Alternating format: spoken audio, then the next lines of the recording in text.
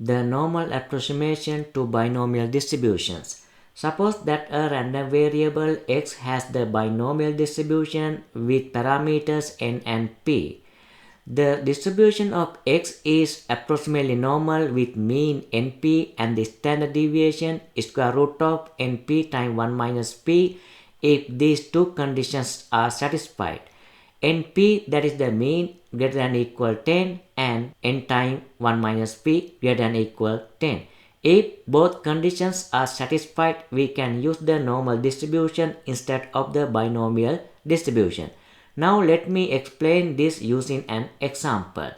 Please pause the video and read the problem. Right. Now let me first define a random variable here. X is the number of first generation Canadians.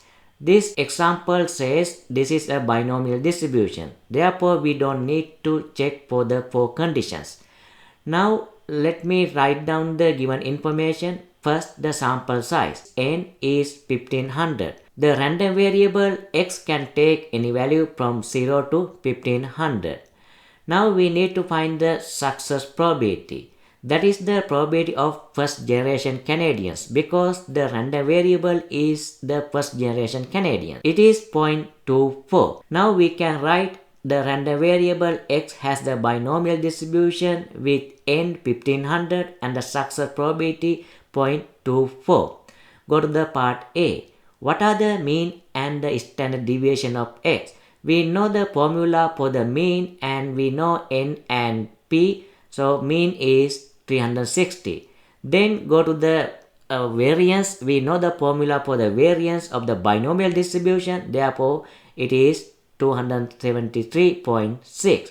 Now let me explain how to find the standard deviation. It is the square root of variance. Therefore, square root of 273.6, that is 16.54.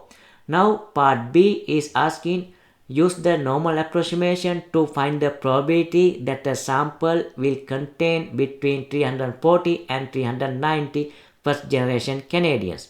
First, let me check for the two conditions. We know these two conditions must be satisfied to use the normal approximation. First one, np greater than 10.